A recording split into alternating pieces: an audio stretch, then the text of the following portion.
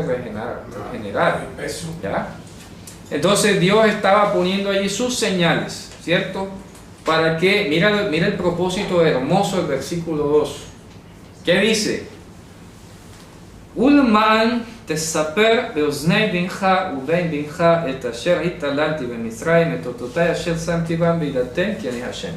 Está diciendo, con el propósito de que le sea contado a los oídos de tu hijo y al hijo de tu hijo lo que yo activé aquí en Mitzrayim, en Egipto, a mis señales que puse en ellos, y ustedes sepan que yo soy Hashem.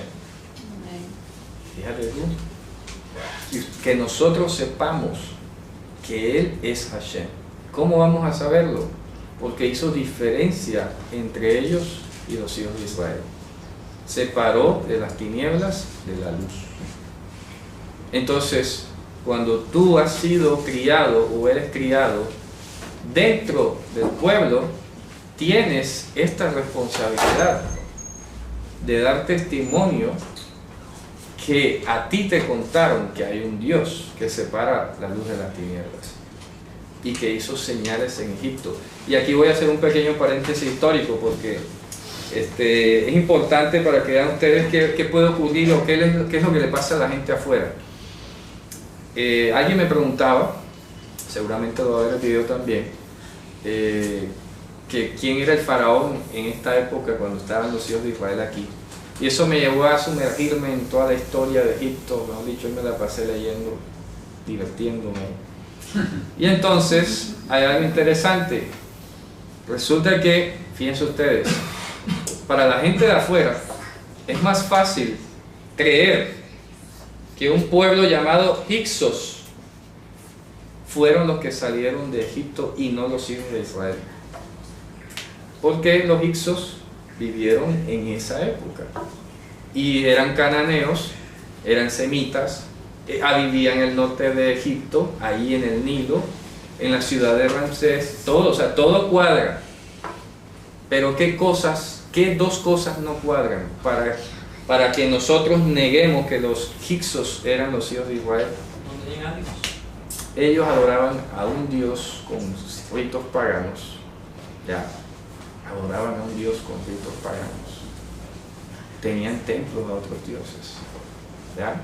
Y tenían otros dioses además, no tenían un Dios único, tenían un Dios principal, pero no un Dios único. Y eso radicalmente es lo que distingue a Israel de todas las naciones, porque hay algo que se llama, hay idolatría, no hay paganismo, idolatría, hay monismo, y hay otra que se llama como enoísmo, algo así, que es adorar a un Dios principal pero que hay otros dioses también. Enotenismo creo que le llaman, enotenismo. Cuando adoras a un Dios principal pero se admite que hay otros dioses. Eso le pasa al catolicismo, por ejemplo. Hay un Dios principal que ellos dicen, pero hay otros que hacen otros favores para otro tipo de actividades. Eso es el primer elemento que diferencia a los hijos de Israel de los Hyksos. El segundo es que los Hyksos eran un pueblo adiestrado en la guerra. De hecho, se dice que conquistaron el norte de Egipto y tenían un armamento superior al de los egipcios. Pero ¿qué nos dice el relato bíblico? Que Dios sacó a los hijos de Israel inclusive por el otro lado porque era un pueblo que no estaba habituado a pelear. Era un pueblo esclavo que duró al menos 175 años bajo esclavitud. Entonces fíjense ustedes, la gente afuera lee, no, eran los Hyksos. No, entonces dice lo contrario, no, es que la Biblia se copió de la historia. Entonces Moisés lo que hizo fue una adaptación allí de lo que estaba pasando y él compuso ahí el relato y lo acomodó para que sonara. Entonces en última termina diciendo que esto es un invento de un hombre, ¿ya? Porque la arqueología, como no hay un vestigio explícito que diga que los hijos de Israel estuvieron en Egipto, no lo hay, hasta el momento, ¿no? Hace poco encontraron allí en el norte, en el delta del Nilo, encontraron lo que podría ser la ciudad de José, ¿ya? Pero es una especulación, está en los estudios y tal. Entonces fíjense ustedes, Hyksos ¿Quién era el faraón aquí a quien le están hablando? Probablemente era Ramsés II. ¿Ya? Ramsés II. ¿De acuerdo? Se caracterizó, usted sabe, el templo de Abu Simbel, esas grandes muñecos, hay que decirlo, ¿no? Eran muñecos de piedra ahí tallados. Está el templo de Karnak, unas columnas rosadas en granito. Bueno, eso se dedicó a hacer templos. Ese señor como que tenía un problema de autoestima que no quería que lo olvidaran, porque se mandó a hacer qué cantidad de templos majestuosos, todos para expresar su ego. Y este es sin duda alguna, aunque no fue el primero, pero fue el que más énfasis hizo en que él era hijo de los mismísimos dioses. Se consideraba hijo del dios Ra, del sol. O sea que este tenía el ego súper inflado. Ya se dan cuenta por qué Dios lo dejó así. Y es que este se cree mucho, ¿verdad? Vamos a humillarlo aquí, ¿cierto? Y lo humillo.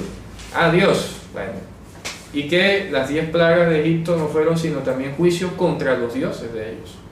Y fíjense ustedes que a pesar de que el faraón era el dios máximo, habían otros dioses por allí dedicados a otras actividades y no se pisaban las mangueras entre ellos. No como los dioses griegos. Los dioses griegos sí se pasaban tirándose cosas, ¿no? Y se traicionaban y todo.